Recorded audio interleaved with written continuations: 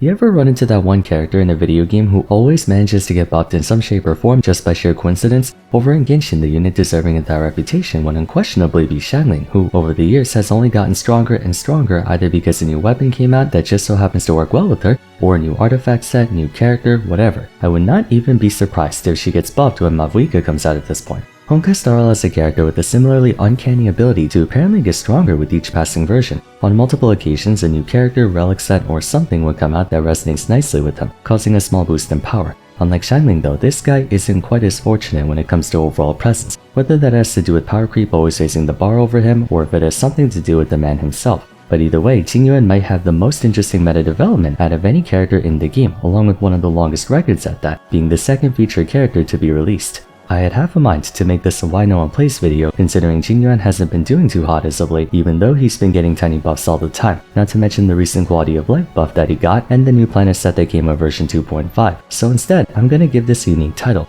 For today, we'll be discussing Jing Yuan and how he struggles to find success despite being known for always getting stronger unintentionally. When Jing Yuan first came out in 1.0, he was a fairly strong unit, the AoE counterpart to Seele, the first feature 5-star in Honkai. While the two are obviously not comparable in terms of apples to apples, people were interested in getting both just to meet coverage, and in Jing Yuan's case he had a very interesting playstyle, especially for his time. Rather than himself being the source of damage, he functions off a summon, the Lightning Lord, making him the first of his kind.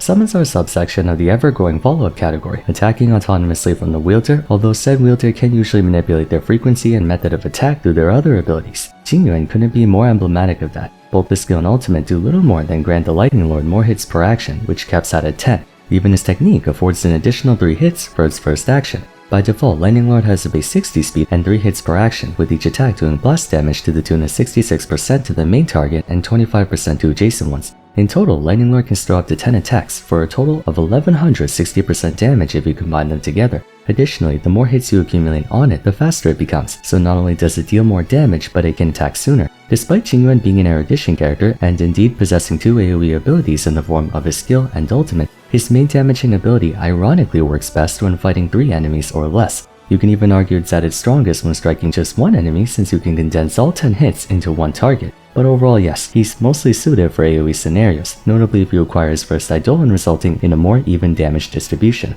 On release, Jing Yuan was a fairly serviceable character, measurably outperforming Himeko in AoE scenarios courtesy of having a more independent activation condition and a higher DPS ceiling. He may not have been the fastest in regards to wave clearing, but Jing Yuan was a great asset to have when fighting groups of more than 3 enemies, especially due to Seele's inability to handle mobs that were resilient enough to withstand more than 1 attack. Even back then though, Jing Yuan wasn't as comfortable to use. While the Lightning Lord accelerates the more stacks you accumulate on it, fundamentally it's a backloaded attack, and there were some key issues with this gameplay that negatively affect him to this day.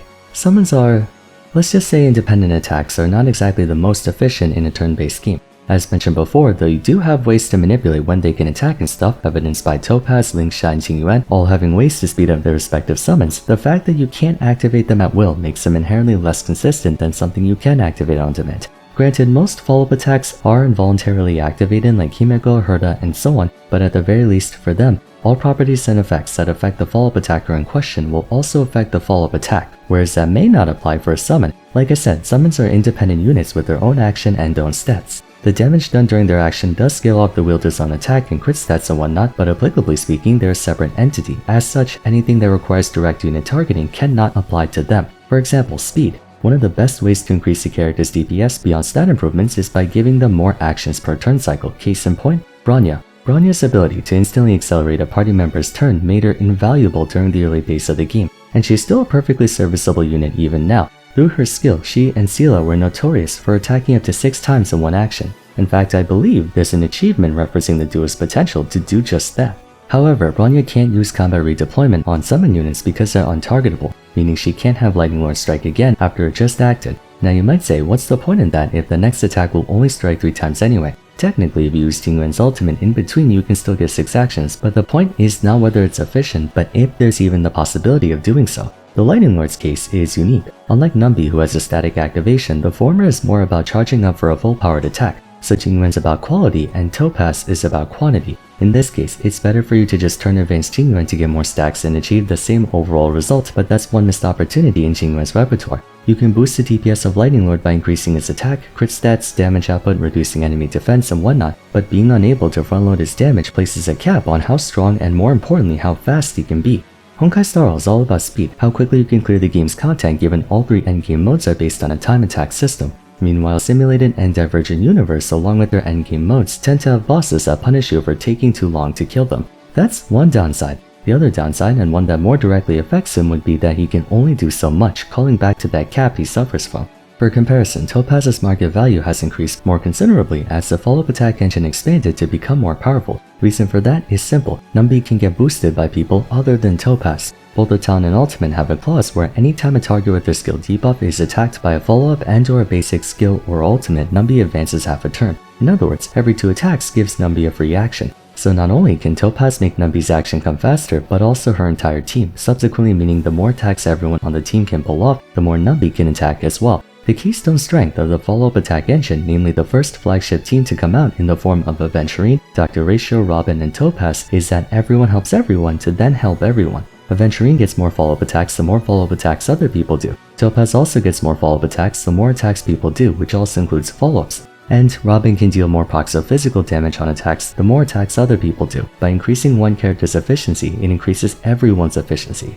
There is an exception to this though, Jing Yuan. Lightning Lord's a follow-up attacker, but the only way you can increase the number of hits it can do per action is through his skill, ultimate, and technique. That's it. Not to say Jing Yuan struggles to get 10 stacks before Lightning Lord's turn, rather you can only accelerate him so fast. Hypothetically, if one of his traces had a clause that said enemies struck by follow-up attacks would increase Lightning Lord's hits by 1, that could give him some much needed synergy with the rest of the follow-up engine. It's just that because he was one of the first feature 5 stars to be released, either Hoyo didn't want Jing Yuan to be that strong to give future 5 stars a chance, or they simply didn't think far enough ahead to realize they were building follow-up units to work with other follow-up units. Essentially, Jing Yuan's been in a constant battle between his own limitations and the game trying to, whether intentionally or not, throw him as many bones as possible to keep him relevant. The fact that he can only accelerate Lightning Lord with this skill and ultimate once in battle is a huge pain point for his long-term usability. He's the only follow-up attack-oriented unit in the game who innately doesn't work with other follow-up attackers, forcing you to play him like a hyper carry instead. The issue is that hyper carries are defined by how strong they become when you can speed them up to attack a bunch of times at full capacity. The more debuffs you give Acheron, the better she gets. The more skill points you give Lunai Danheng, the better he gets. But Jing Yuan doesn't get quite the same mileage that others would from the same type of buffs because technically his source of DPS is not him. One final issue, and probably his most egregious one. If he's affected by any immobilizing crowd control debuff, frozen, imprisonment, what have you, you lose out on Lightning Lord's turn as well. Yeah, you can load him up with attack buffs, damage, get all 10 hits set, and ready to fire away, but God forbid the enemy tags you with crowd control. What was the point of making it a summon then if it's unable to function on its own? I mean, I know why, it's practically a JoJo stand, so if the user is disabled, then so too is the stand, but still, that's such an unnecessary thing to have. It's not even a universal property inherent to summons. Neither Topaz nor Lingsha's summons are cancelled when they're under crowd control, only when they're dead. So this one single irritating line in Jing Yuan's talent description was put there for the express purpose of making him more cumbersome to use. With all that said, how exactly did Jing Yuan get the reputation of being the most buffed character in Star Rail? That's just it, I have no idea why people call him the most buffed character. I agree that he got a ton of buffs, but qualitatively, I'd argue Himiko is the most buffed character in Star Rail. She went from a subpar, almost bottom tier character to being a stable presence in all 3 game modes and one of the few units in the game who belongs to more than one engine, follow up and break. Be that as it may, let's go through all the ways in which Jing Yuan got some love in spite of his severe limitations. First and foremost, teammates. While he's unable to really synergize with follow-up attackers, he's gotten some good value from supports. First one was Fu Xuan. Her crowd control barrier took care of his crippling vulnerability to immobilizing effects, along with just being a good side buffer with a persistent crit buff. Second was Run Mei. Jing Yuan already had a good direct support in the form of Tingyuan, but he needed one more obviously, and prior to Run Mei, there really wasn't anyone else because contrary to popular belief, Rania is not that good with them since her skill would practically never last until Lightning Lord's turn because it wears off right after Jing Yuan moves, so essentially Run Mei became a good option for him for general utility. Then came Sparkle. What makes Sparkle a pivotal character for Jing Yuan is her A4 trace, allowing the crit damage buff on her skill to last until the start of her target's next turn, effectively lasting for the entire cycle, which means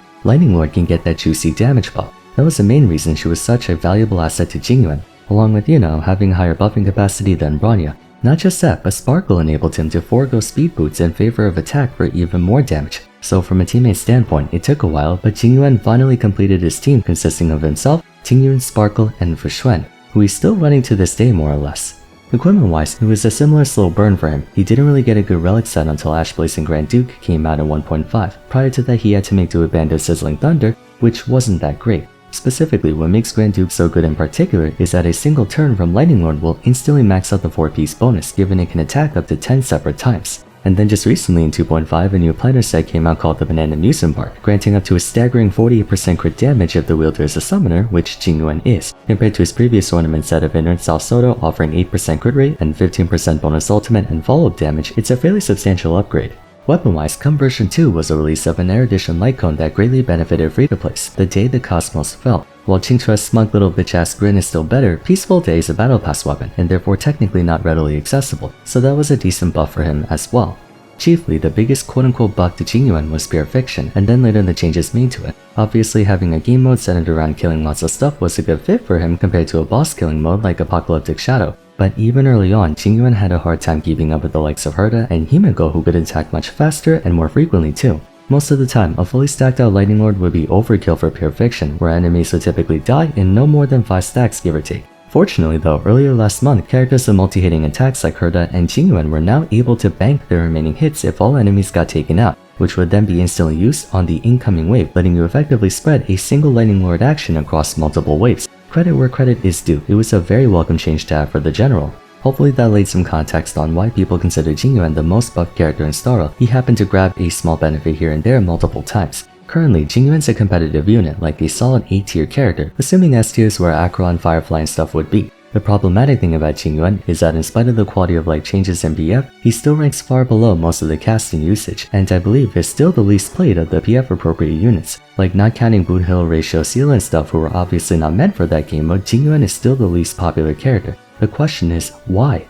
I would say it comes down to a difference in perception. His gameplay is antithetical to what most people value in Honkai Starro. With the naturally backloaded playstyle coupled with the lack of synergy he has with the central follow-up attack engine, he's a character you only play because you want to play him or because you don't have any other option. There's also one other reason people don't care to use him that much even when he's good. Akron. Not an erudition character or a follow-up attacker, but she's practically superior to Jing Yuan in every which way possible. She does more damage, is easier to use, and is more popular among the fandom. I'm not saying you can't have 2 giant pink bubbles in Starro, you most certainly can, but Jing Yuan by design is just kind of awkward for this game.